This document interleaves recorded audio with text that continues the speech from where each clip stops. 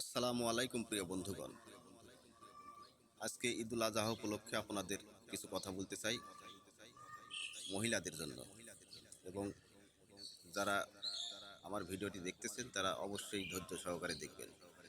রাসূল পাক সাল্লাল্লাহু আলাইহি ওয়াসাল্লাম মহিলাদের ঈদগাহে নামাজের অংশগ্রহণ নির্দেশ দিয়েছেন। তিনি শুধু ঘরবন্দি নারীদের জন্য নয়, এমনকি হায়েস ঋতুবতী নারীদের জন্য ঈদগাহে যাওয়ার আদেশ এবং নির্দেশ দিয়েছেন।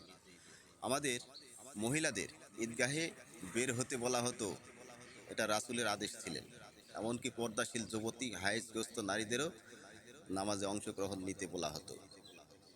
দোয়ায়ে খুতবা অংশ নিতে ভুল ধারণা, আমাদের দেশে কিছু হুজুরেরা কথা বলেন, আমরা তাদেরকেই অনুসরণ করে আসতেছি আজও। কিন্তু মুসলমান শাস্ত্র অনুযায়ী আজকেও আমরা পিছিয়ে পড়ে আছি আমাদের এই বাংলাদেশে। ঈদের নামাজ পড়লে নাকি পবিত্রতা নষ্ট হয়। আমার বাংলাদেশে কিছু কিছু হুজুরেরা বলে, এমন কথা সম্পূর্ণ ভিত্তিক, ইসলামের বিরুদ্ধে।